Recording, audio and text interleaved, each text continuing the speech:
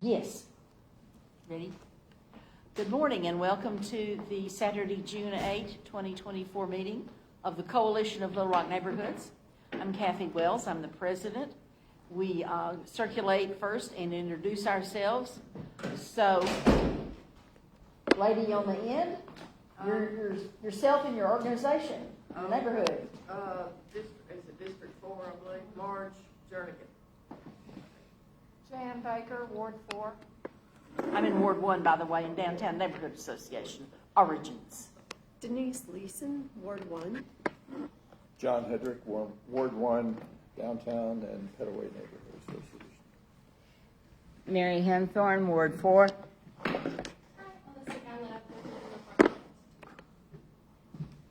And she is our speaker today, and we will now hear from her about Civic Index reforms and discussions and disclosures. Thank you, Alyssa. Yes. So, good morning. And I don't know if you guys have had a chance, but if you don't mind just scanning this QR code and it will take you to our Civic Arkansas survey.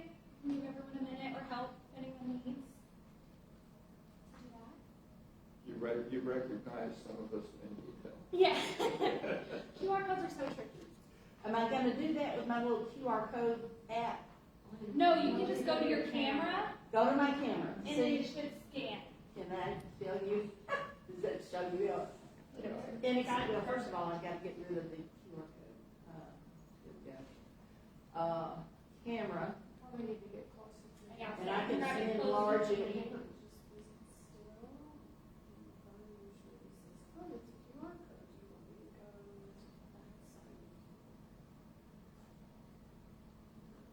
Civic engagement survey. And then what do we do?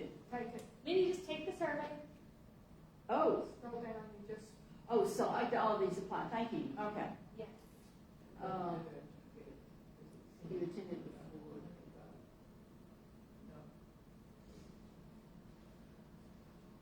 Select all. Do that. They were getting me to get closer. Got it. Work. Okay. Of course, we're going to be taking the survey while you're talking. Yeah, I'm just going to go through the intro so you can see the survey when I go through that. Or I can just give everyone like 5 minutes.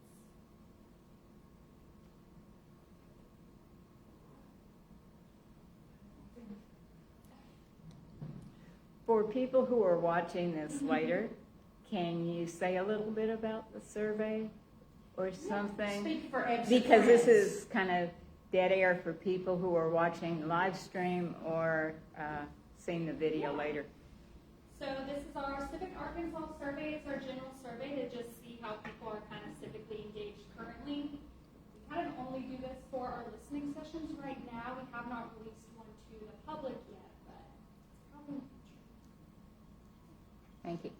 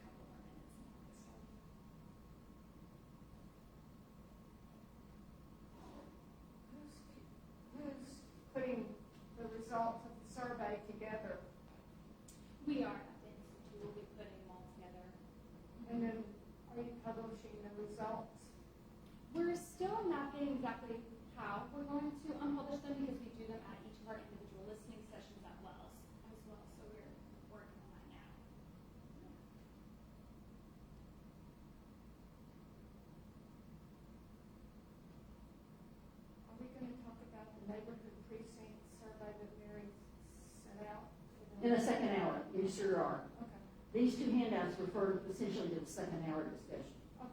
Her listening session is the first hour. Sorry, I didn't write this agenda, my bad.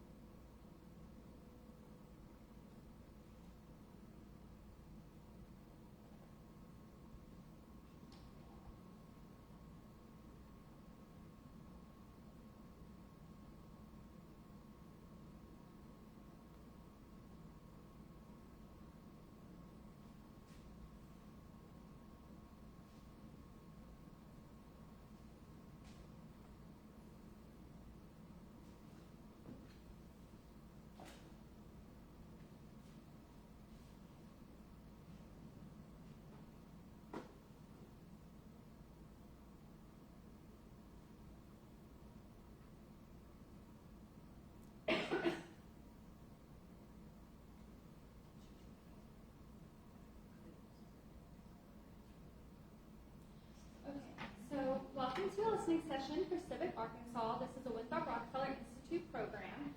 So this time really just provides a space to share your thoughts, your experiences, and feelings about civic participation. So we generally want to hear what motivates you to participate in your community and what prevents you. So the Institute's mission is to continue Winthrop Rockefeller's collaborative approach to creating transformational change. And we do this through using the Rockefeller Ethic, which is kind of this equation that we believe collaborative problem solving plus respectful dialogue plus a diversity of opinion equals or leads to transformational change. So this equation was developed using speeches and writings from Governor Rockefeller and is the backbone of everything we do at the institution. So the goal of Civic Arkansas is to improve the civic health of Arkansas by leveraging a network of civic organizations across the state and empowering communities to practice collaborative problem solving at the local level. So we also find our root within this quote: every citizen has a duty to be informed, to be thoughtfully concerned, and to participate in the search for solutions. So this is kind of our driving quote for Civic Arkansas. So just kind of like a brief overlook of some of the data. So we took a lot of our data from the Arkansas Civic Health Index report. So this kind of shows just a brief overlook of the state of civic engagement in Arkansas. As you can see, Arkansas scored really highly on connecting with family and friends frequently. For volunteering, though, you see it's less than 21%. For voter registration, there was 62% in the 2020 presidential election with a 54% voter turnout. Trust in federal government being 35%, discussing politics with family and friends being 35%, and donating being 52.4%. So this means this is how many Arkansans said that they donated like $25 or more. This could be a charity organization or a religious organization. So we think with these findings, I think there's a lot of positivity with seeing how connected Arkansans are with their family and friends. And while we do believe voting is very important to the democratic process, we do like to focus on kind of these other 4 areas of social connectedness, volunteering, community meetings, and trust in government institutions as kind of like our guiding points in looking at civic engagement. So before we kind of get into discussion, I do just want to go through some discussion agreements to make sure we're kind of all on the same page. We can actually just kind of go through and each person say one if that works with you guys. Sorry, the first. So we will suspend judgment, we won't evaluate each other's ideas, and we won't censor our own ideas. Number 2, we will speak for ourselves and allow others to speak for themselves with no pressure to represent a point. We will share airtime and participate within the suggested time frames. We will not interrupt except to indicate that we cannot or did not hear a speaker. We will share with the intent of explaining, not persuading, and listen to understand. No party politics. Yeah, so for that last point, we really just want this to be focused on civic engagement in these forms and not let it get distracted by who's where on party lines. So kind of in like our first question, so when thinking about your neighborhoods, what, if anything, do you feel like prevents your neighborhood's ability or desire to volunteer?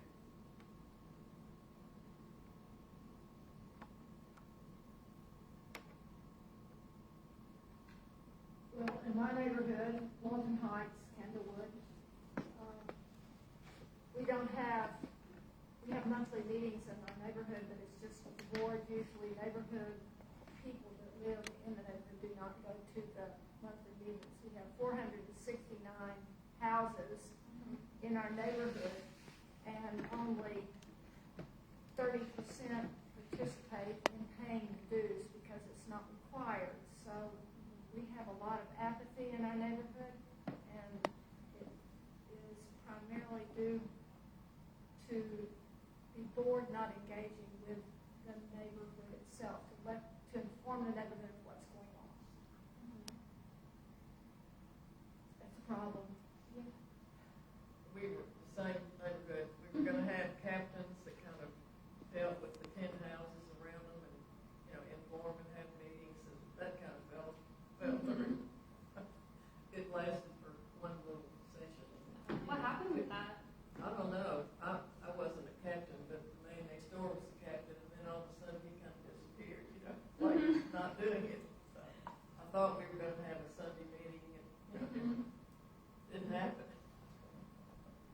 He must not have gotten the attention of the other 9 houses.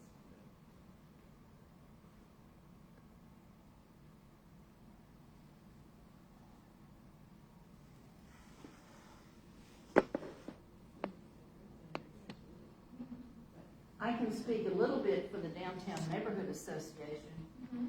We have had poor turnouts recently because, as in the previous group, we were not as well organized to promote the meetings timely, to get people scheduled.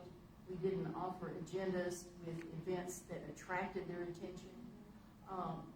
We've observed the activity in neighborhood associations over the years gets more intense and more well-attended and more effective where there is a real problem to solve that brings people out because they are concerned for their own family, for their own property, for their own block.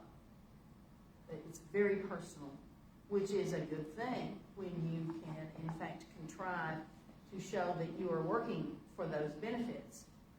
And where your leadership doesn't pull that off, you have poor turnout and you recruit unsuccessfully. You're in our DNA, John. What do you see going on? I guess and I can kind of state from both DNA and Petaway that DNA seems, and I agree with the attendance having been involved, I guess, for 9 years, well, 9 years now. When there was an issue that aroused interest, turnout would be very good. Petaway seems to be pretty strong, and the President Anita is not here today because there's an event going on called a block party, but it's in Petaway Park with hot dogs and all kinds of things for kids. And Petaway group been pretty good at new upcoming, a lot of infill, new houses, a lot of infill development, and young families coming in, and kind of building a cohesiveness and good information distribution from the president on putting out a lot of things Kathy sends out to the following up with what she circulates, getting it out to the group and getting engagement. On the Petaway neighborhood, I did want to relay one concern from our absent friend president, who very much regretted the conflict in her schedule today and was very anxious to see this live stream recording when it's posted. And that is those new houses have generated the classic concern. Petaway is right immediately south of 630 and south of the downtown, and for years has been a place with far too many vacant lots and vacant houses, and you have an aging population in the houses that are there, and they're modest houses. a lot of low-income, moderate-income families. There is a community development corporation that's been operating in that neighborhood for decades with the specific intent to try and boost affordable low-income housing, plus hold off that transformation that is very much a hazard in our communities where there's redevelopment efforts going on, and that's called gentrification. And some of those houses are now very high-dollar houses. So those who have been around for a lifetime, for a couple of generations even, because some folks are living in grandmother's house now, are worried about the fact they may see such an increase in their taxes, they can no longer afford successfully to live in that house. And so one of the things that CDC is obligated as a policy to do is to assure there is some housing for low income, that we have mixed income housing across the Petaway neighborhood. But you've got to watch that, and you've got to assist the policymakers with keeping that in mind. Mm-hmm. So how do you feel like that is preventing or impacting volunteer efforts in that community? People may feel so hopeless and so personally facing a loss that they aren't recruited successfully into a group effort to resolve that successfully. And that, once again, comes down to leadership, which is educated that there are tools and policies to pursue it. Mm-hmm. We always need to be looking to find out what government can do with us and not to us. So kind of just open-ended again, what do you think is something that could enable your communities to volunteer more and kind of be more involved?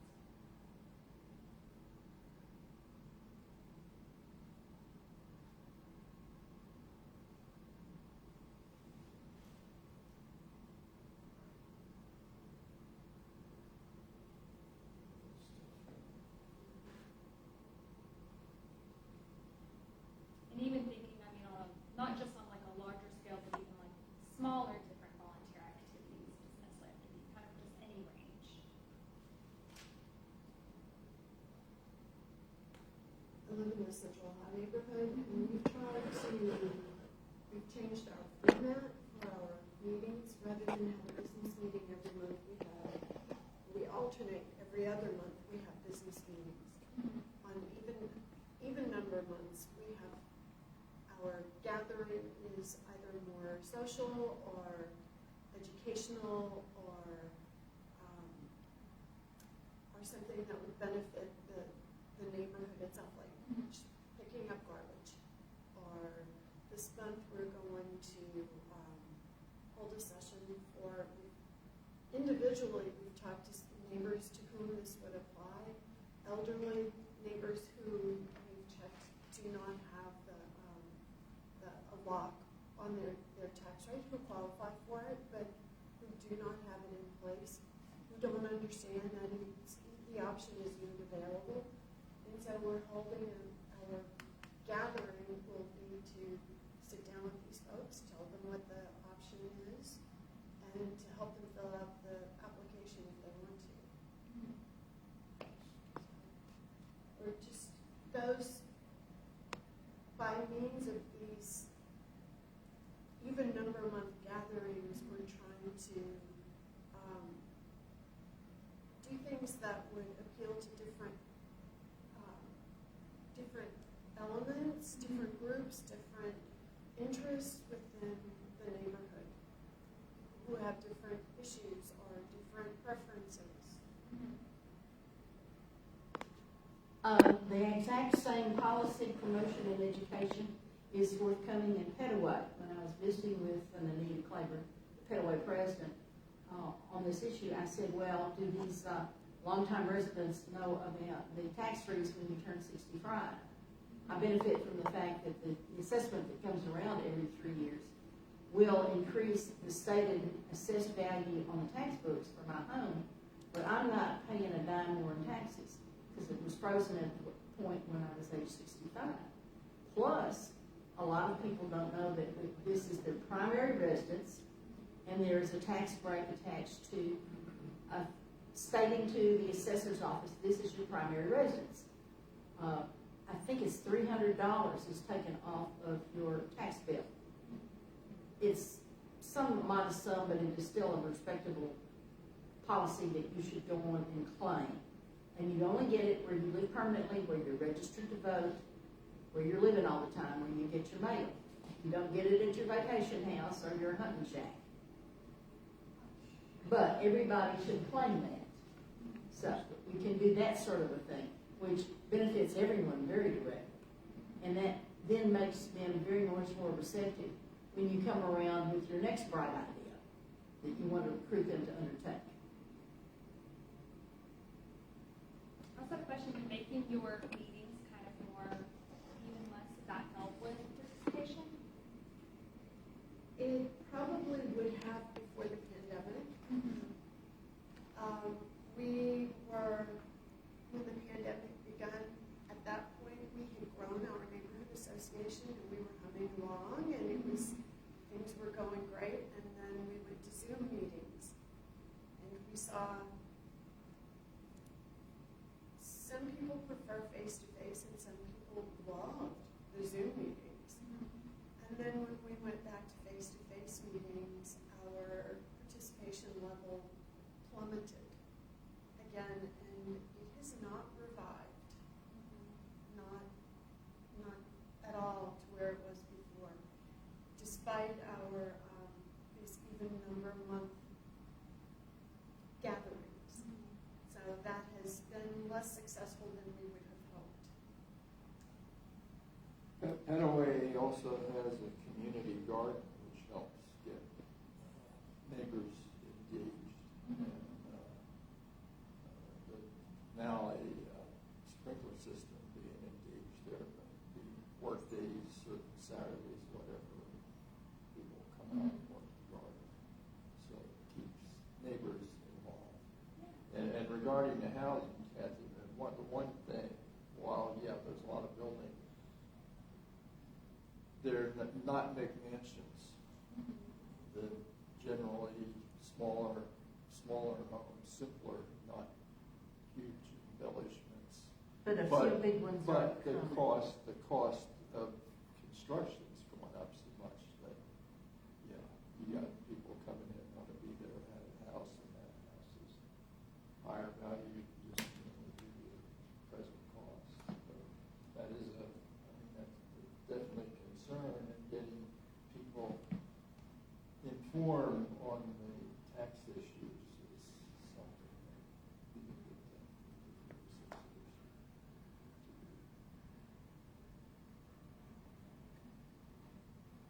And because this is an original city plat, and there's no subdivision development here, there's nothing like uniformity or codes or overall in an overlay district. So the ability to build a house, very unlike the ones that exist because it's bigger, rests on just getting a few waivers about how far you have to be from the sidewalk or how far you have to be from your back lot line and so forth, which often can be successfully sought for a waiver. So there's a very great eclectic variety in the homes, some of which are very modern boxes, if you will, two-story boxes. And then you have your traditional modest homes from a couple of generations back now, at least, that have a setback from the street. They have the front porch with the modest columns, and they have fairly large windows and those sorts of things. And that gives you leave to get pretty expensive. So it's rising in worry. Do you see any way between like the new homes that are being built, like building connections between those communities with people who have had those traditional homes for years that might have been getting it from their grandmother versus the new housing, like bridging any relationship? I think there is a couple of real good prospects from that, from what I have found. One of which comes back to the work of the CDC, which keeps the affordable home shown in new design alive and well, so people know that's there. Also, we have the ability in the CDC, I'm on that board too, to acquire an old building or to build on a vacant lot, a commercial thing. One of the big missing elements, for example, right now is a coin laundry. There was in South Main, it was closed, it's been redeveloped into a restaurant, and everybody would love to see a coin laundry back in the neighborhood. So that's something that could really build community, particularly if we steal some of the modern varieties of ideas where you combine long hours in a laundry, commercial laundry, with, in effect, what is an internet cafe. Because that's the other thing that you're short of in these older neighborhoods. You have to go some distance to go to one of the libraries that has that. If you're going into one of the commercial restaurants, you've got that, but you've got to spend money to do that. So this could be a really good bringing together kind of activity. There's a new commercial corner development that does have a cafe, that does have a little meeting room, along with some new rentals as well as several commercial operations. And so people are beginning to meet each other in coming and going from that, which also brings them together because that's right there in the neighborhood. Everybody you see is going to be a resident almost certainly.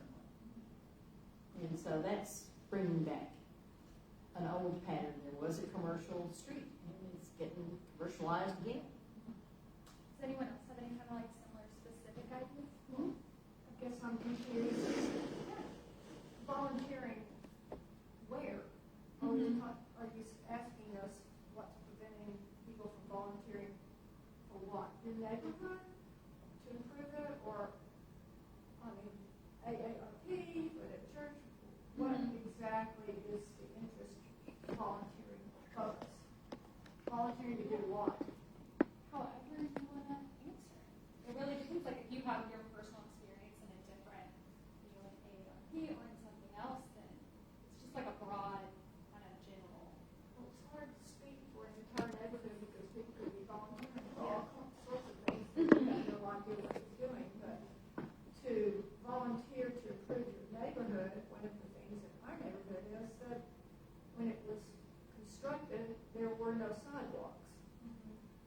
So it's difficult to, you have to walk in the street and take your life in your hands while, even though I've gotten the signs put up to 30 miles an hour, people have been clocked at 70 and 80 miles an hour going through our neighborhood because it's one way in and one way out. So the sidewalks are not existent, so that makes less community when you're walking together.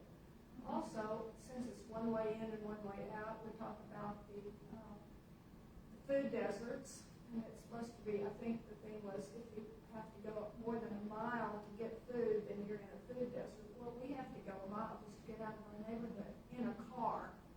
We don't have public transportation coming into our neighborhood, so it makes it more difficult to be a community when you're always in your car going someplace outside of the neighborhood to get whatever it is, the essentials that you need. And that is a problem for our neighborhood and a lot of neighborhoods outside downtown Little Rock, which is so wonderfully set up for community if we didn't continue pushing west to build more suburbs that are isolated from the rest of the downtown and the rest of the city. Of course, that's my take. So you feel like transportation and just a lack of kind of in the development there being a lack of sense of community and just infrastructure. Correct.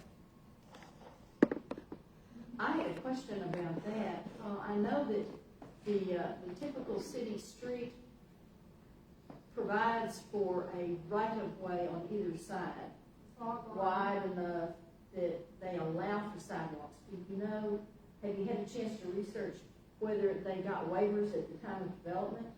At the time that Winthrop was developing Walton Heights back in the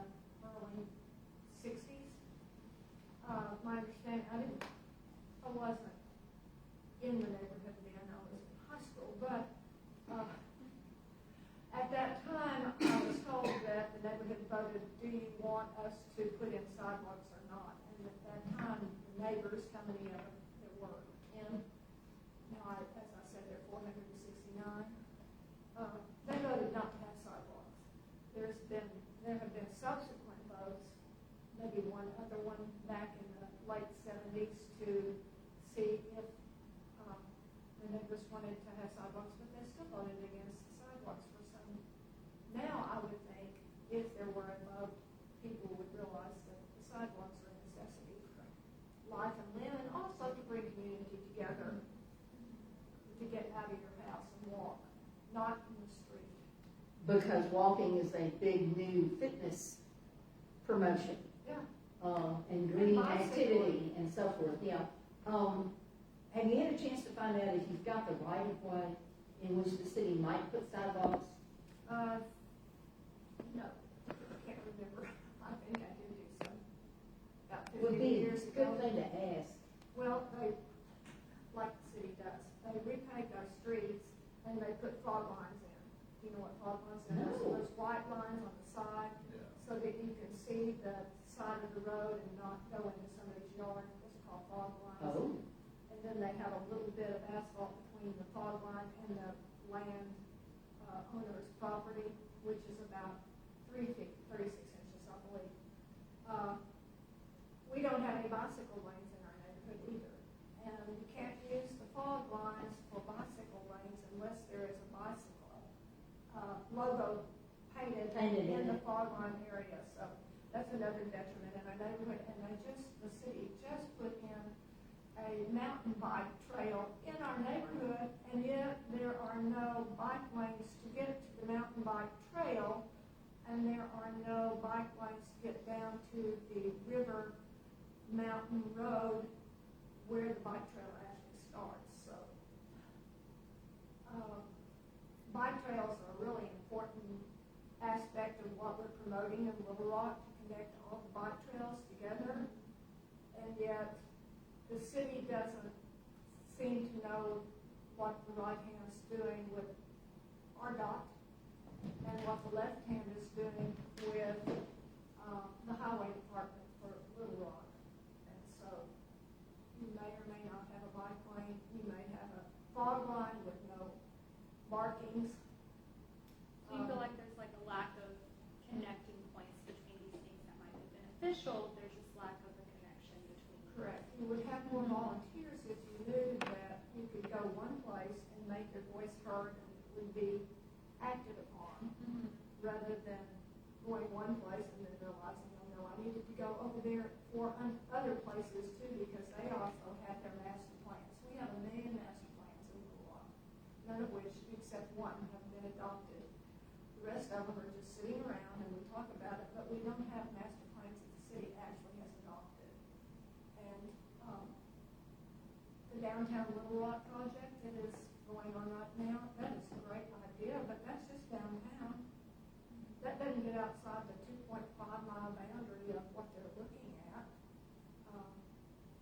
So the city, I said, I think the last time we met, we need a master plan czar.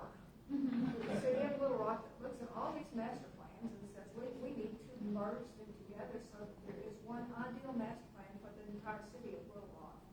Out where I live, down where Soma is, Quapaw Quarter, Central High, just took a tour of Central High called Central High Ruins Tour.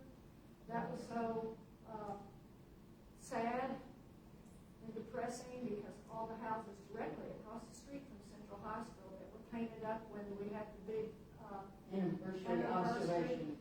for Clinton to come in and bring all the people that painted those houses, but inside those houses, they are totally deteriorating. There's only one house of the 7 that are across from Central High that actually has somebody living in the house. There are 2. The other 5 are just shells that were painted to look good, feel good, but they're not there. And then if you tour the rest of that neighborhood, you see that houses have been burned out. Houses have had trees fallen on them. There are just so many houses falling apart that our status as a national historic district is threatened because the houses that are historic houses are being either torn down by the city or they're just falling down. So you have to have a certain number of houses to qualify for a national historic district. I think it's 59, and we have, what is it? You know? We're 50, we have to have 51%, we have 53, the last. It's very close. And they had a vote in your neighborhood to increase the district size so that you could pull in more houses, and that was voted down because of the fear of gentrification. Was one reason I was told that it got voted down by the Central High Neighborhood Association and by the Wright Avenue. Wright Avenue Neighborhood Association voted against increasing the size. There were a number of reasons. That was not central, but that is unintended. That wasn't the main reason, but gentrification is a concern too. Point of information, we have a number of officially adopted by the city board neighborhood action plans. The one in the downtown association area, just south of the Central Business District, was originally adopted in 1999. The sad thing is that there's no reference back to that when they prepare the annual budget. And they're supposed to be guiding the expenditure of both city monies in your neighborhood and city policies in your neighborhood. But as Jan has just observed, they are ignored and forgotten. There is a recent assertion that they are going to try and assign planners of the city staff to revive and update these in our neighborhoods. But I've heard no more about that. So there is a wealth of thoughtful material sitting there gathering dust. You're exactly right about that.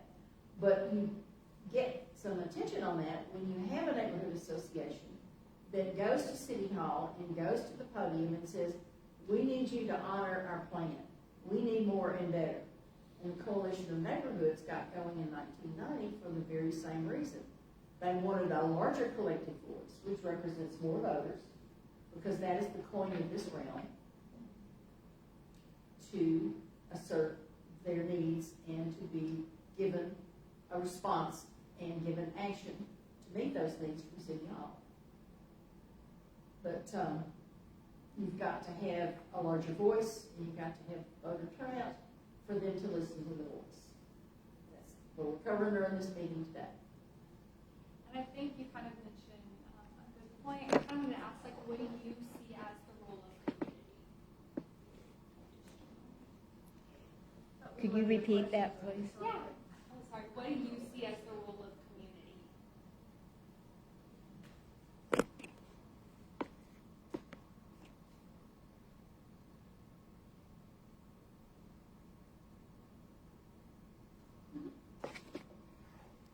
Provide for folks what they cannot provide for themselves individually. The old phrase, the common good, is the exact, accurate description of what you do for your community. You do it for the folks in your community. You do it for their families. You do it for the houses in which they live, for the blocks on which they live, and their maintenance, and the city services to those houses, and their safety. That seems to be the first thing people talk about, but you cannot function in the city. We are very definitely an urban environment. If you don't have good water and sewers, if you don't have good trash pickup and yard waste removal, and all the other basics, not to mention a responsive ambulance service and fire department. And all of those serve the common good, which is every single person in the city limits. I submit.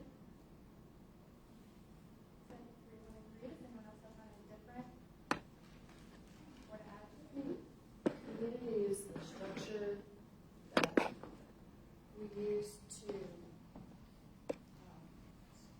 meet our social infrastructure, our physical needs, like water and electricity. It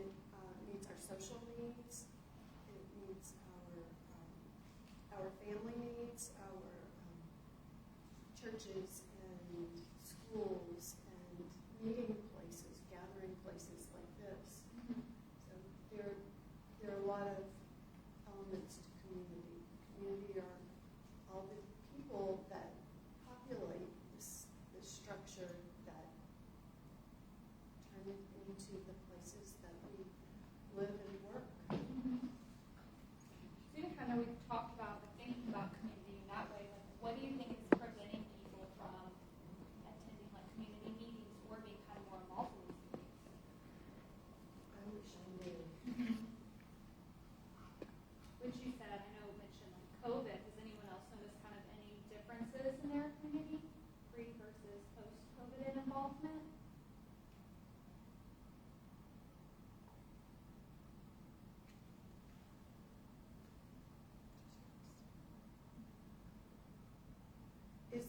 Is that a pretty common thing? I know churches have suffered a lot from membership declines. Are other organizations doing well? Is it just my neighborhood association, or is this pretty common? I haven't had anyone speak to that in these listening sessions. I know kind of previously in some like coursework and stuff that whenever I was at the Clint School, we did have some discussions with some organizations kind of struggling with that bounce back and getting involvement in and people volunteering for their organizations, having a lack of and trying to still recover from COVID. So I have noticed that just kind of separately from this. Part of that was going to electronic technology and people getting together that way rather than personally within the community. We're coming together for the greater good. Rising tide raises all ships, but now you go to the electronic and you're spread out around the world and not coming together. And it cannot so readily lead you to the conclusion of the discussion is we agree we now want to do X, Y, Z. We want to go to A, B, C and attempt to achieve a thing.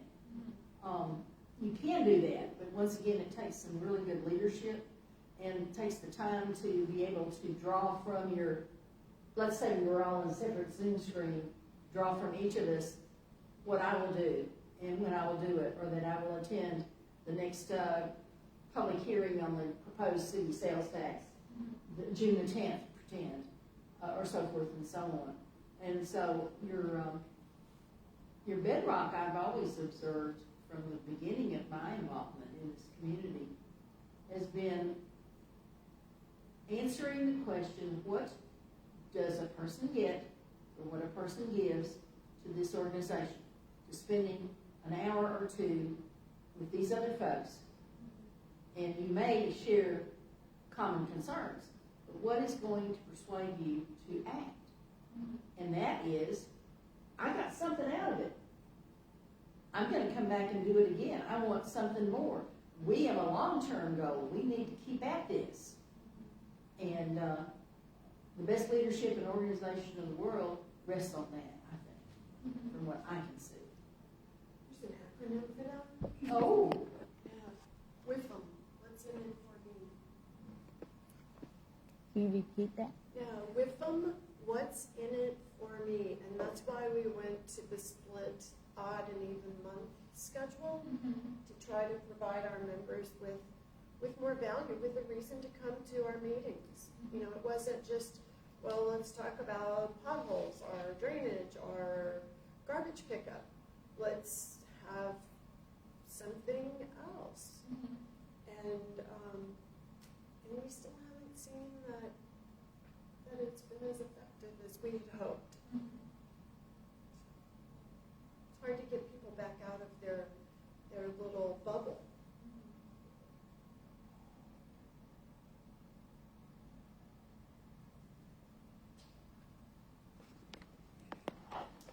We're kind of closing in on the hour, which you guys have plenty of time to discuss what you need to.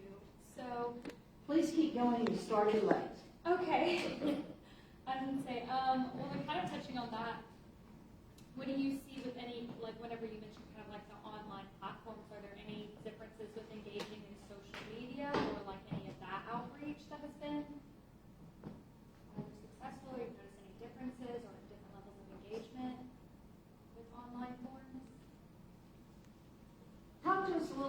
more about defining that.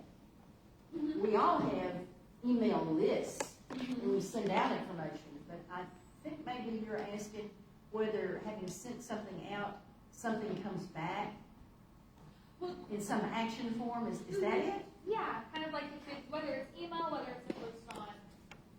So I don't know if you have any kind of engagement when you post on. I don't know if you post on social media with like Facebook or Instagram or kind of those formats. So like if you notice any kind of increased action when you post about that, or if kind of reaching out, because I know you mentioned with people wanting to be online, reaching out on those online platforms has helped with any engagement.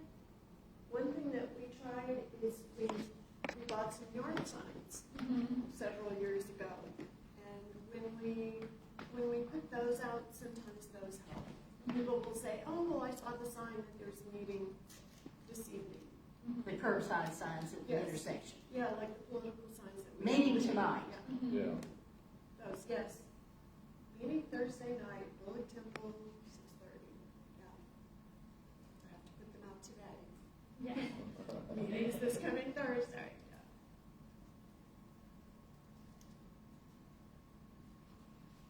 Our neighborhood has a Facebook page, Mhm. which it depends on the number of people that are actually on your Facebook page. Mhm. As how effective it is.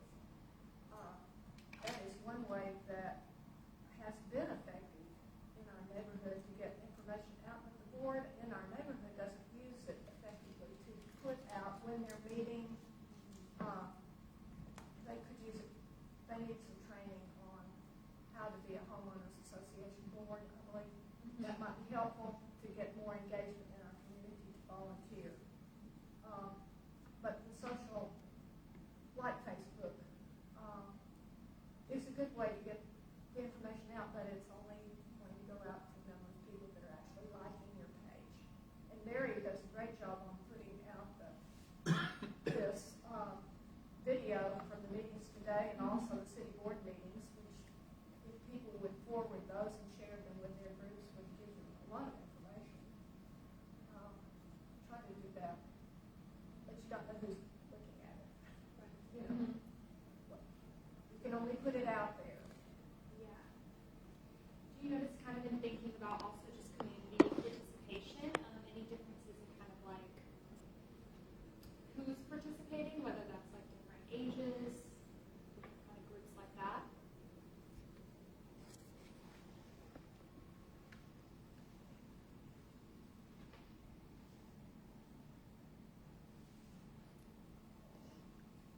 We tend to see people who don't have young children at home.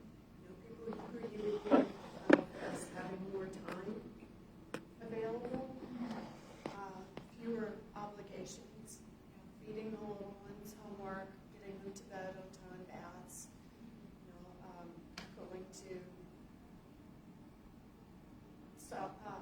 athletic practices, those. Been there, done that. You're busy. It's hard to participate effectively in any neighborhood, any volunteer organization when you're in the midst of that. You're busy volunteering in school. So we don't see folks in that age group. We see people who have no children or people whose children are grown for the most part. I think that's a good point, like time, that's kind of a common thing, like time, what prevents a lot of people from volunteering or attending community meetings.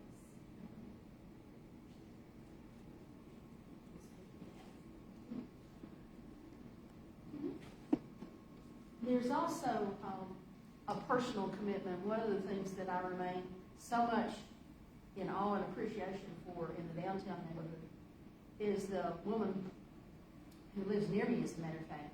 And our organization began in 1984. So we have a long history of coming together pretty much every month on issues. Rise and fall, tornado of 99 and recovery, COVID and recovery, and leadership's good, bad, and indifferent, recovery. But one of the things fairly consistent has been a woman who would come with her toddler on her knee, literally. And that young girl grew up in that family learning civic engagement with that, as well as many other things, obviously, as a model. And today, she is our state representative elected. And her mother still comes to our meetings. So that's certainly a barrier, and we see mostly the older folks, or those who have a spouse who is free to come and represent the family while the other one takes on these other chores. But we've had a few jewels, and let's keep in mind we can get those, and we're very fortunate when we have them. Do you have any kind of ideas for engaging with that group of people who aren't always able to make it? Use the platforms for communicating that age group would appeal to that age group, like Facebook or TikTok. I don't have time for, don't do, not going there. Yeah, we do send out like an agenda via email, a list of here's some relevant information that's current. I try to, at least. And so we use email, we do use Facebook to some extent. We have the yard signs. So we try to communicate. There's a bicycle group, pedal party, which I've heard various neighbors participate and get together Monday night. And, but it's on Instagram, and I've never been on Instagram, and that kind of shows that they didn't get. And finally, I signed up for Instagram, and then could get the notices where they were meeting, because they'd be in different places at different times. And so that kind of that division of being involved in the correct social media to bring folks together. Generational. So, yeah, right. Yeah, generation. Yeah, Facebook for years, but Instagram, I don't know anything about Instagram. Or that other one. TikTok. Chinese one. Yeah. TikTok. Right. Yeah, thank you. Yeah. You can tell that we have been bypassing a lot of things that are very popular with a lot of folks. I confess a little baffled at why, but not going there to try and delve into the details. But it also means, in a sense, we're going after folks who have our worldview and have some time to engage on our activities. Because as I dimly understand it, the folks who are engaging with TikTok and Instagram spend a lot of time on that. And that's not going to a place and agreeing on a thing, a policy, an expenditure, action you want from City Hall, a letter to Congress, whatever it might be, out of the house and with folks. So it really, I think, comes down to persuade folks to come out of the house. And we are not successful at that without a lot more work than people appreciate in leadership.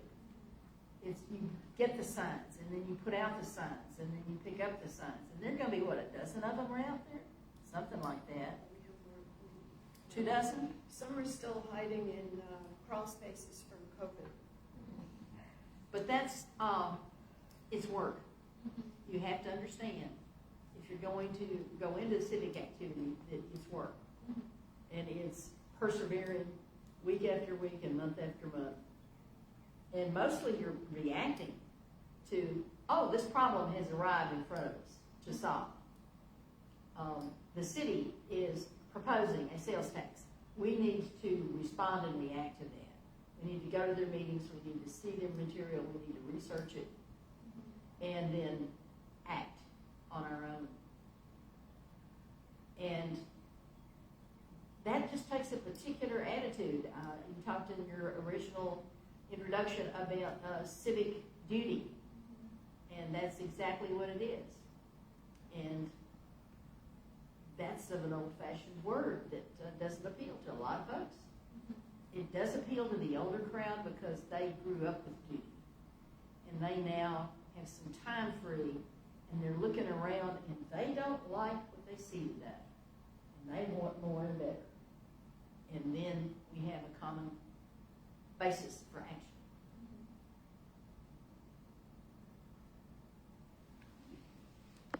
I will say, one of our most effective means of getting neighborhood involvement when informing the neighborhood was canvassing the entire neighborhood, going house to house, knocking on the door, going back. You had to go back and you had to actually talk to somebody. Couldn't just leave. Hey, and they're not all there the first time. No, they never, some of them were there, but yes, you have to go back maybe 2 or 3 or 4 times to get that. But that it's surprising how effective actually that was. We got the most involvement on dues-paying people in our neighborhood when we did the entire neighborhood canvas. But it took a lot of work. And, but it gave us great results, but it took a lot of work. So that like personal invitation still to kind of attend. Yes. It's kind of We a, put it out on the social media that we were coming, but we still had to go house to house and knock on the door and make sure people had a face-to-face conversation with whomever was answering the door. And nowadays, strangely enough, a lot of people in our neighborhood, which is probably like everybody else, they have the ring doorbell so they can see who's there. And if they don't recognize you, they will not answer their door. So that makes house-to-house canvassing even more difficult because I know because I have a ring camera on mine, it's like, oh my God, I'm down. No. I mean, really, if you don't recognize them, they're probably here trying to sell me something or get you to donate to something, and they're not going to answer the door. So, You need IDs. You need a big badge. you write a placard that says, I'm not going to steal anything. Your neighborhood t-shirts. Well, I was thinking more the neighborhood T-shirt, A really. neighborhood t-shirt. I'm one of you. I am your neighbor. There we go. That's a good one. I am you. Now, that's an obstacle I had not really plumbed. Interesting. It is. Yeah, it's likewise with telephone, if you can't get telephone numbers, people won't answer a number they don't recognize. Yeah, so it's all kinds of, the technology's got us so far, but then the other way, there's become barriers it didn't have before in getting through to people, businesses Well, and that's true because speaking of other generations not like us, maybe younger, my understanding is they really don't like email, so, we're way past email. right? We're in text messages, and I love text. I don't like email either. But you have to know the telephone number to text the Right. message to. And It's true. it changes. Yeah, it will change, and they may not respond. So that's another barrier. It's a great idea how to get the word out, but you got to have those cell phone numbers, and they got to look out. So it's a challenge to get volunteers. It really is a challenge to get people engaged. And to also recognize there's a great many more ways that some individual in the city of Little Rock today can spend their time. Whether it is in continuing education, to use a broad term, it is entertaining themselves, it is pursuing a hobby that they are now able to afford and able to get the instruction in and able to get the materials to pursue making this thing with their skills. And so there is distinctly a whole lot more competition excuse me, for those free hours in the day from someone's employment. And you just got to be offering something for the time you're asking them to give. And we need to do better at that. Also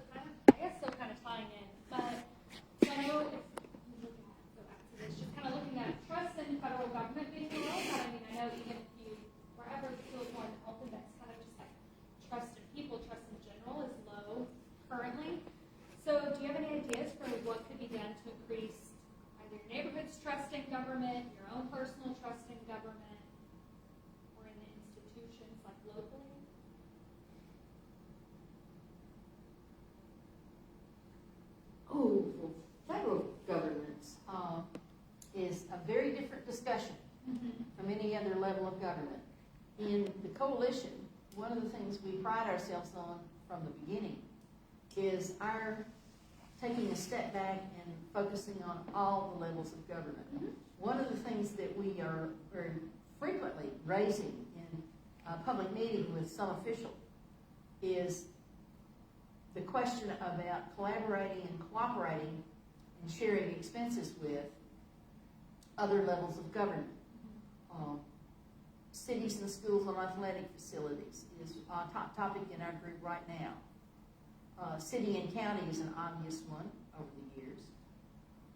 There's many things where city and state should be collaborating and cooperating for the good of the common.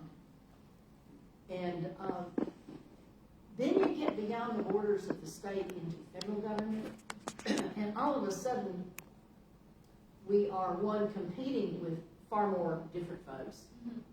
We are facing policies that are made for a very different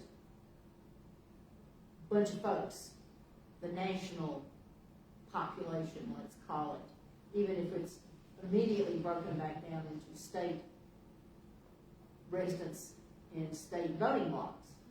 And we come out short. If the point of the realm is voting, we have on that scale low numbers, low votes, few folks in Congress, and we don't command much attention. We're one of those folks that's going to receive more into the state in federal benefits because we are not wealthy folks.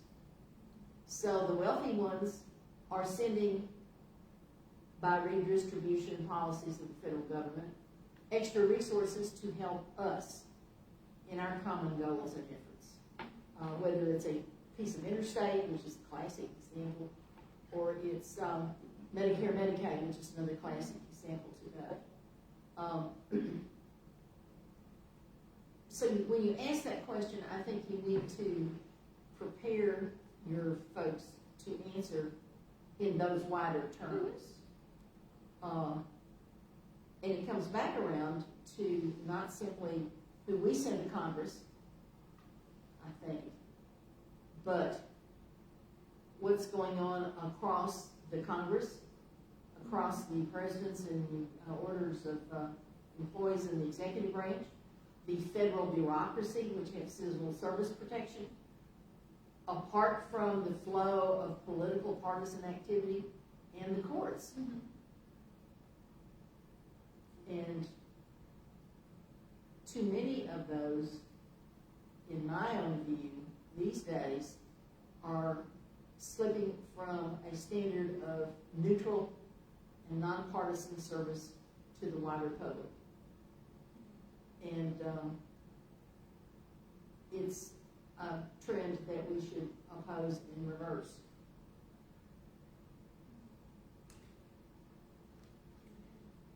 So I guess kind of just to touch on voting a bit, what do you believe kind of is preventing, higher voter turnout in your neighborhood?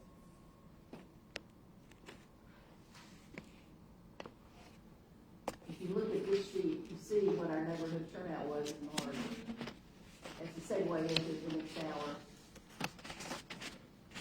it was pitiful, especially when you compare it with presidential turnout in 2020, which still had a great range. But all of them in March were awful. And this is the neighborhoods. And we have a great diversity amongst our neighborhoods, basically summing it up from well-educated, high-income folks to low-income folks with the inevitable lesser education.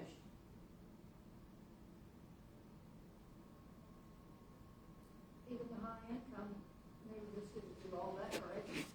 Not in March. 33%. And this was where we had 17 judges on the ballot, and we had a judicial candidate forum here, which at least gave those folks a chance to present themselves in person and to say something about themselves within those limits about partisan. I may hear a case on X, so I've got to not talk about it. But you got a sense of this person who wanted your vote. And they all were eager to have the chance to speak, because they can't find the people to make an appeal to vote for me. Mm-hmm. And they're invisible, and they know it, and they hate it. But these are folks that I at least have been trying to educate with all those famous emails for months. You've got judicial candidates, here they are. You've got a candidate for them, you need to take part. Now, I think we did have a large number of people view the recording, right? I don't have the counts, but there I were a remember lot of a views. week afterward, there'd been like 600 viewings of the thing, which is, gosh knows, a very large auditorium if you got them all in the room together. So you've got some ways to do that. But that took a lot of work. It took a lot of repetition. In fact, repetition is one of those things we need to focus on. In the commercial advertising world, they understand, I'm told, people begin to hear your message for the first time after it's been repeated 50 times in a radio ad, let's say. And it takes a lot of work for leadership of a community group to be sending that out.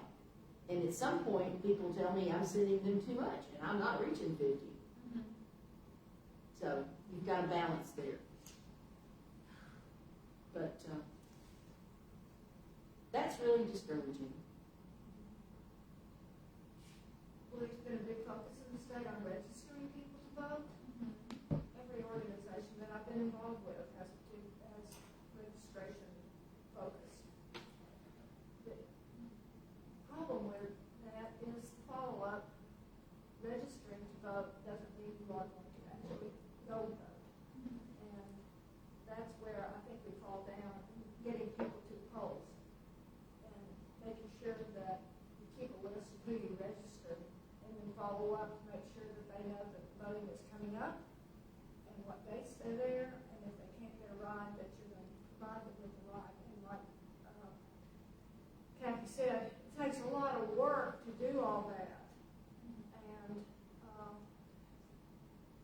just takes a lot of work, and that's where we fall down. Arkansas ranked the very last in voting participation in the last election. We were the very worst voting record in each state.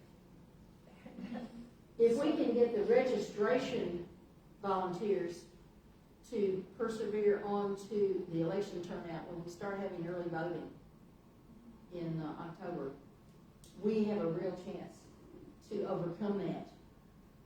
And I'm not that engaged in those particular registration groups to know if that is part of the plan. A friend of mine in Shreveport, Louisiana, told me about a Pledge to Vote program that I've been trying to promote in this group. And it's not, shall we say, brought me back a whole lot of pledges to vote, but they did exactly that. They got people, mainly through the churches in that community, in a special election for sheriff, the first one turned over in 24 years, to register to vote. And the black neighborhoods were low in registration. And these were predominantly black churches who got them registered. And then they continued and they persevered, and they pushed for turnout. And in one of those miracles that you should know more about, in the election for sheriff, there was 47% of the voter registration was black. They achieved 47% black turnout in that special election between a white sheriff and a black sheriff. And the black candidate won by 4,000 votes. So you can get it, you can do it, but you have to respect the fact that undoubtedly a great deal of effort went into that. And my own foray in that direction has not been real successful, so I'm going to have to work on that. Well, another surprising thing is when you look at the voting and look at the down ballot, people go into the polls and then they vote for two people. There may be 14 judges on the thing, and they didn't vote for any of them because we didn't know anything about them. And it's like 20,000 votes for X person that's running for mayor, and 210 votes for justice of the peace, but it's the same people. Like, where those other, I mean, why didn't they don't take on their citizenship duty to learn about the ballot and learn about the candidates. And these days, we have an excellent ballot delivery through the clerk. Once you have gone on that website and you verify they know you're registered to vote in X precinct, you've got a drop-down choice to look at a sample ballot. From now on, the ballot is fixed. Well, I'm sorry, the issue's not fixed, but the people certainly are. And those judicial candidates in the runoff in November certainly are. And you just have to inspire your folks to do a fairly simple 10-minute task. And then print it off, and then circle your candidates or whatever measure you're going to follow. So when you get into the voting booth, you've got it all prepared, and you don't get surprised. In fact, one of the things I've always pointed out is you really should look at your sample ballot, because the first thing that's going to come up on it is there's 11 dozen candidates for president. And you're going, wait, I thought there was just, 2. And oh, no. And so then you're thrown off your game. And you're trying to sort through that to make sure that you don't put your ballot choice in the wrong one. And that can really affect people and rattle people. So it's really a public service to make sure you prepare for that. In other states, they send out this material to all registered voters in mail. Just neutral stuff. Yeah, I think you bring a good point, like access to information, and just having that available resource has been something that's been taken note of. But we are faithful with that, and we need to do that even more this time. Well, it is 11:30, so I'm gonna. Well, you're going to come to a close and leave us. Yeah. Thank you. I was gonna just kind of ask 2 more closing questions. So maybe what is one commitment you can make to encourage engagement in your neighborhoods? Kind of following, is there anything that kind of came up in this conversation that you thought of, or?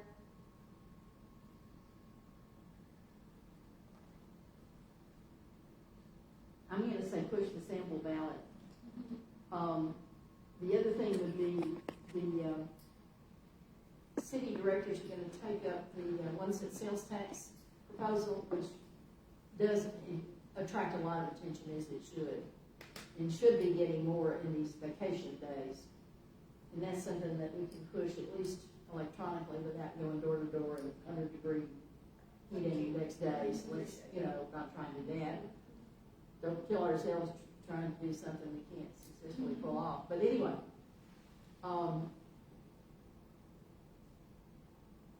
they're going to have a big discussion in 2 weeks about this at the city board, I'm informed. And they expect to vote referral in July to the November ballot for a 1-cent sales tax increase. So we have a few weeks in which to really try and catch people's attention despite parties and baby showers and vacations with families off somewhere, because this will affect us all. And they will be facing this probably in November. Although I have to concede that there's a lot of question about that. There are members of the city board who are clearly doubtful, even opposed to this. So this is not certain. But people need to be alerted to follow this, and we need to be getting them to read our material about, here's the latest news, whatever that is. I'd have to go back to the what's in it for me. We gotta tell them what's in it for them in the sales tax thing. How is it gonna affect you? I mean, it should be obvious when they read it, but people sometimes don't read the whole thing, so make it so elementary. This Yes. is what's in it for you. This is absolutely The correct. table produced by the city is rather overwhelming Yeah. for most individuals. I mean, most of us are not accountants to try to figure out that there's an increase by X percentage of mills to form a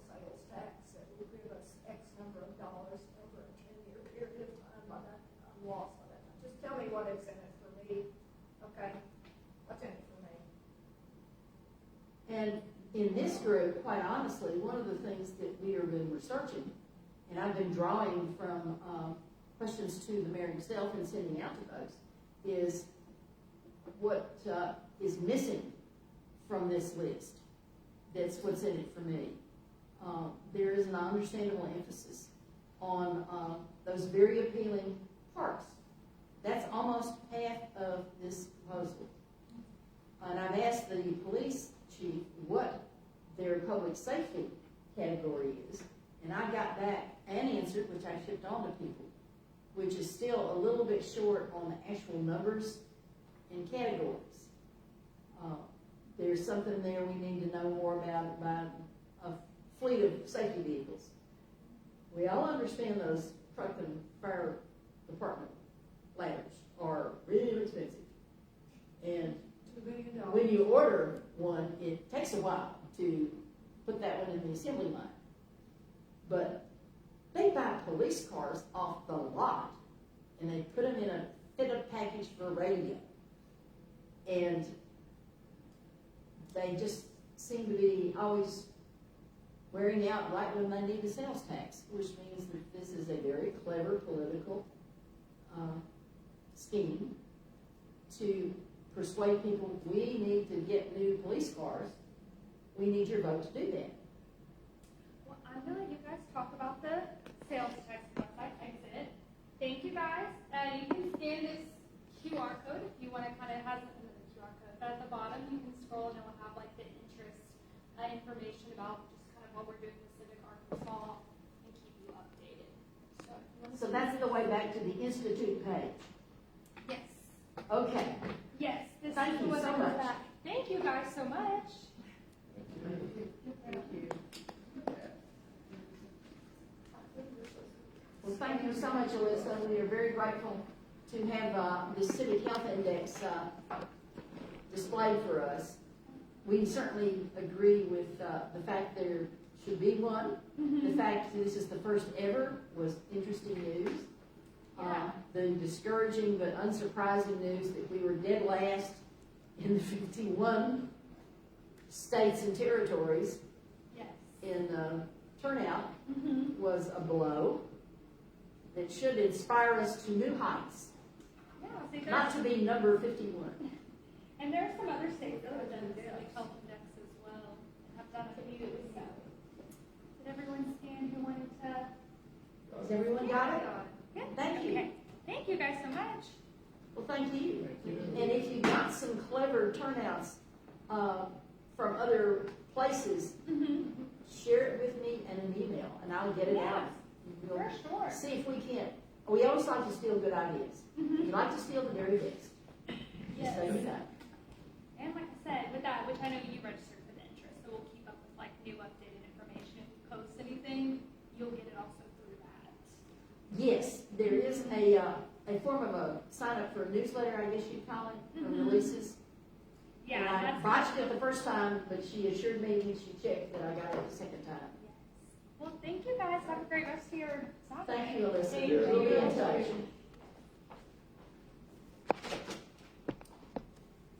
So, continuing on with the voter results list that Mary very kindly plucked out of the Election Commission archives. It shows that we have work ahead of us. The precinct I put in there for ACO, which of course sprawls all over the city, is the South End precinct, south of Martin Luther King, I'm sorry, Roosevelt Road. And when you looked at the turnout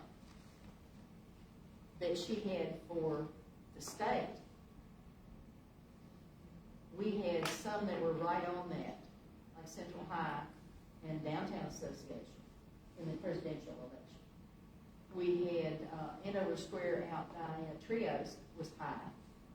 The Heights, of course, the Silk Stocking Ward, as we call it, was not very high. Hillcrest was high, and those were what you thought we could expect.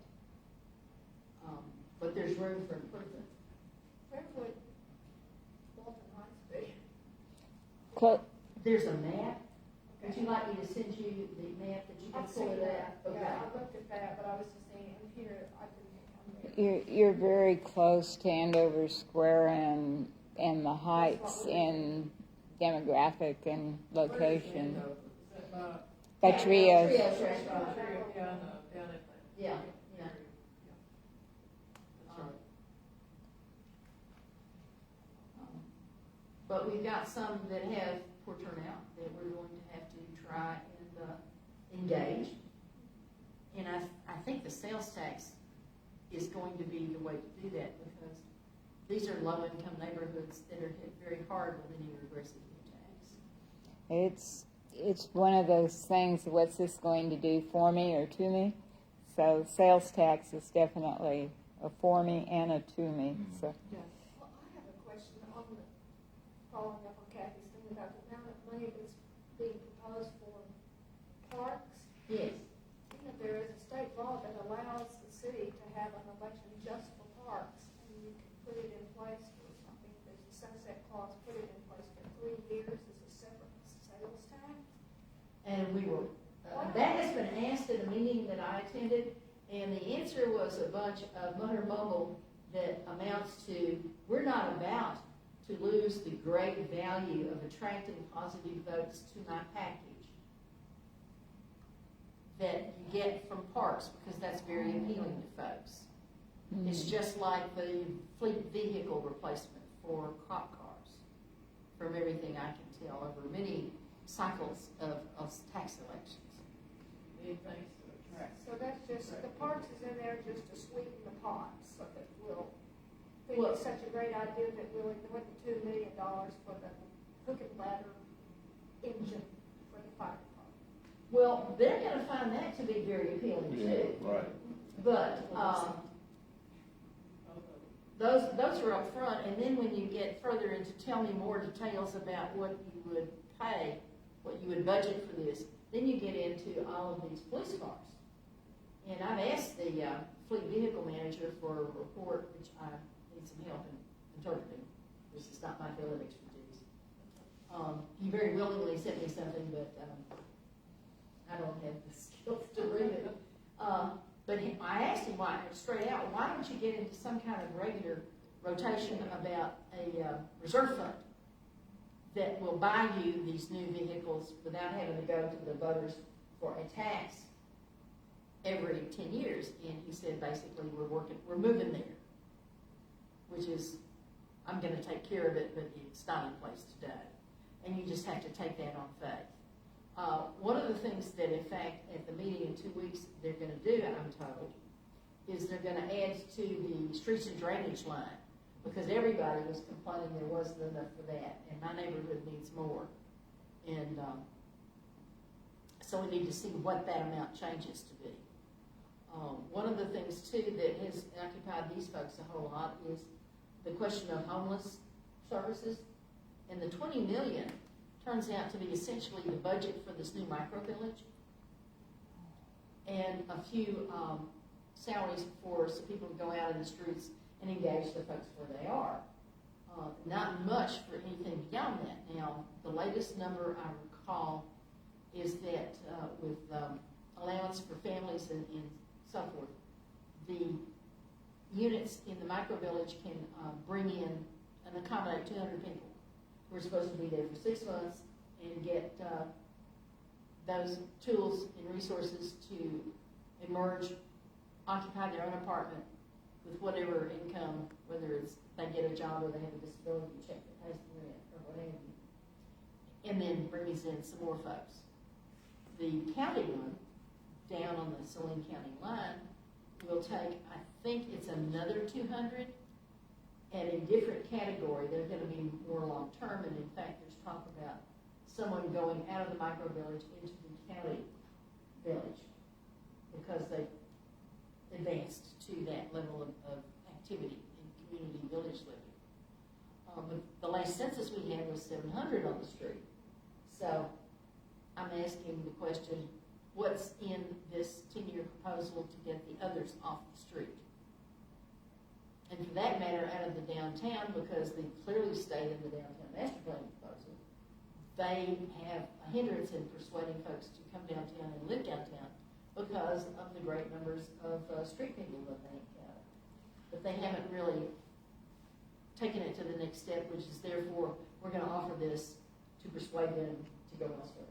And they don't understand what that should be. It's a total blank. So that's something that we're concerned about from everything I can tell. The affordable housing issue has come up in particular with the recovery from the pandemic with the tornado damage in Walton Heights and folks that still aren't back in their houses, lots of insurance fights on that among other things. But the whole of the activity in the city of Little Rock today takes you to the bottom line that we have a real shortage of rental units. We have a critical emergency shortage of affordable housing for low-income families, housing units that are decent. And there's nothing whatever for meeting that need. And from everything we can tell, there's going to have to be a public engagement of some kind. It's not going to be as simple as, oh, they're going to have to put out X million to build houses or rental units. But some program in partnership with developers of complexes appears to be the way to go. But nothing's lifting a finger to go in that direction. So for the next 10 years, there's no city money to be spent to deal with the housing shortage. And there should be, by everything we can tell. Then you have the highly debatable, and I'm going to stay away from debating that, but the indoor sports complex popped up for $60 million next to the Clinton Library, and the outdoor sports complex for, I forgot how many millions budge. Somewhere Another out 60 or another 40, somewhere out west with a site to be determined, which is very dear to the heart of the mayor. And I was fortunate enough to see the sports tourism presentation to the board and get that presentation, thank you, Virgil Miller, our director, and send it out to everybody. And if you haven't taken the time to see it, then you should see it because you can understand why they make it so appealing. P.T. Barnum himself could not have improved upon this presentation for Razzle Dazzle. Did you send that out, Kathy? Because I missed that one. I can't remember. I'll resend it. About a week Resend it? ago. About a week ago. Send. I'm sorry, I missed that. Jan. May I ask a question? Yes, please do. I need to shut up. In that last meeting that we had last month, you suggested that maybe they could present the sales tax proposal like they had done previously. 12 votes for Little Rock. Where you only vote for Yes. what you want, and then if you didn't vote for, I don't know, say that indoor gym downtown.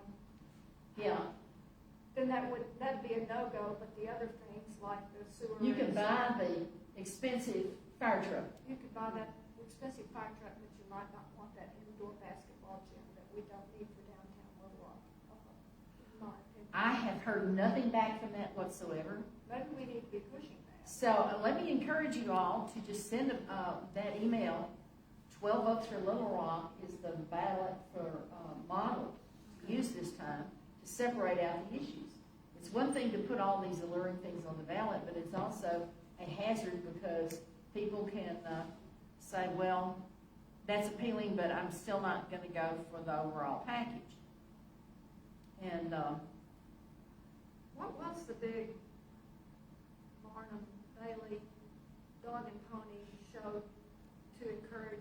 oh, this was the sports this was Yeah. sports tourism was the phrase. And what did, And this really slick fellow presented this really slick presentation for both indoor and outdoor sports complexes, which are across the country, which cost tens of millions, which he conceded will require a city annual operating supplement because they don't pay for themselves, and will draw in all of these tournament families to generate a lot of spending and bring you a lot of sales tax revenue.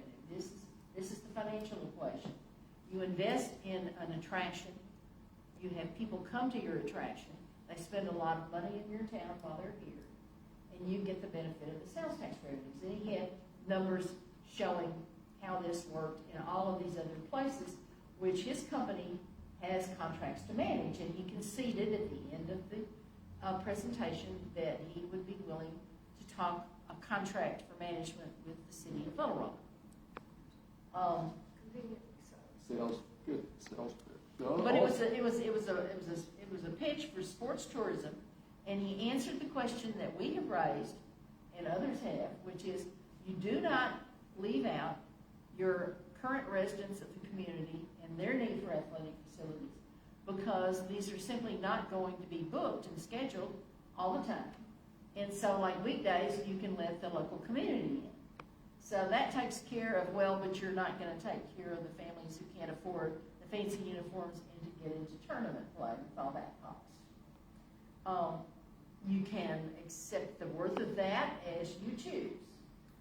Well, I did write city board about the proposal because our mayor is always talking about our city. And when you go to a sports complex, having had children that I took to volleyball tournaments and to baseball tournaments, you go to that facility and you stay and eat around that facility, but you don't promote our city, where if you had to go and play baseball at one field here and then go out to West Little Rock and play the second round in the school that had been converted to a softball field, or to a park that's in Southwest Little Rock, you see our city and you are selling our city to people that are coming in from out of town to show and highlight how beautiful Little Rock is. But if you focus only downtown by the Clinton Library, that's all they're ever going to see. That's all they'll know that Little Rock is, and they'll never see the rest of the city. But if you force them to go play in different venues around the city and use facilities that already exist, then you showcase our city that our mayor is constantly talking about promoting, the New South, not the downtown. The presentation leaves the clear message that you are circuit riding from city to city to city, and tournament to tournament to tournament, in category. And like so many other circuit riding activities that we've known in our lives, in very different categories of activity, you focus on that address. Precisely. There is no expectation of the wider community, or unless you want to spend money to stay, come early or stay late. But that's not what sports tourism appears to be focused on. I encourage you to look at it and see for yourself. I encourage you to let me know what you're finding about that when you do look at it. This was something new to me, and I was hanging on every word of the presentation. And had simply not appreciated what enormous tens of millions are washing through this system. But that's, first of all, the cost of the capital investment in the facilities. And they also are very quick to assure you this is going to stimulate nearby private development for the rooms, for the eating, for the retail, because people are going to take a slack time between one round of X game and the next that they are in tournament play to engage upon by shopping for retail goods right across the street. One point in the presentation, the salesperson says that you got to do it now or somebody else will and the people will go somewhere else. So I took that, he's stating, hey, it's soon to be overbuilt and it'll all be spread out so far, there won't be the benefits. But you're right, because the Fort Smith board met last year with that same argument saying, we've got to build this sports complex before Little Rock and Fayetteville does.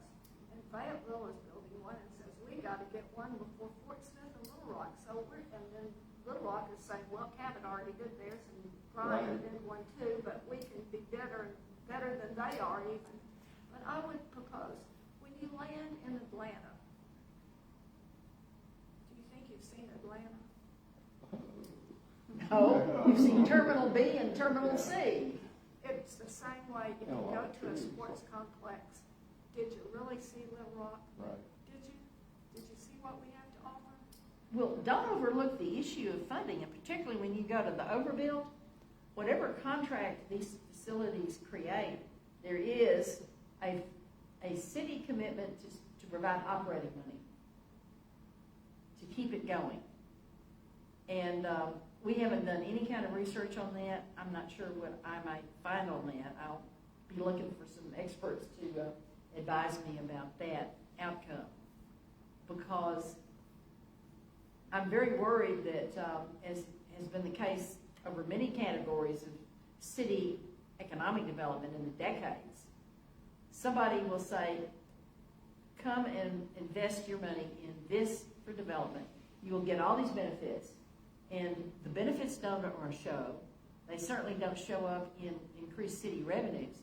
But you have a commitment for some kind of funding for the facility, for the activity that's going on. And the thing about building city parks, at least outside of these, is we're spending it on our dirt, and we're staffing it with our city employees. And yes, we aren't maintaining what we've got now, so maybe that's an argument not to vote for the sports complexes. But that's ours, and it's what we expected in the bargain between City Hall and citizens. When parks bring neighbors together, which some of the things we're discussing earlier. The parks present an opportunity for the folks to get out of the house and relate Build to the community, as we say, Yeah, right, yes. yeah, That's a good point.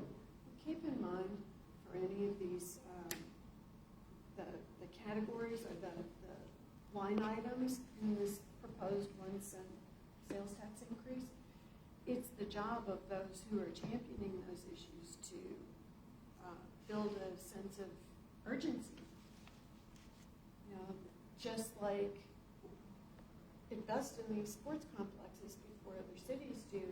Well, it was the same thing with the fire trucks and the police cars. I'm not saying we don't need the cars and the fire trucks. I'm not saying that, but it is important that they create that sense of urgency. Otherwise, why would people vote for it? That's just your classic advocacy. And we ourselves are going to be urging people to come to this meeting now because there's urgent need for action by deadline. So that's classic to the whole endeavor, and that's fair. It's more fair when you have a realistic and authentic urgency issue, emergency deadline of some kind. But yeah, the 12 votes for Little Rock is something I really would encourage everyone to be telling your own city director about as a way to go forward. I have been bending my director, Virgil Miller's here, about that, and I will do that again. Because that's an issue.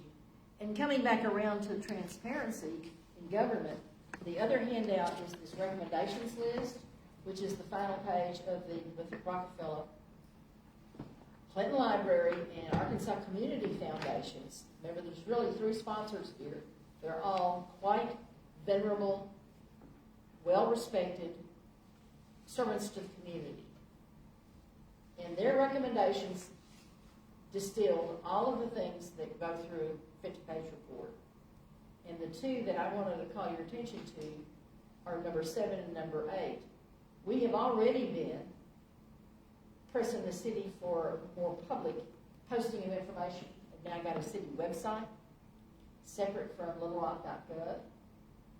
And it promises a lot, but I asked Mary to go back and visit those categories a week ago to see for this meeting what has gotten presented, what has been started.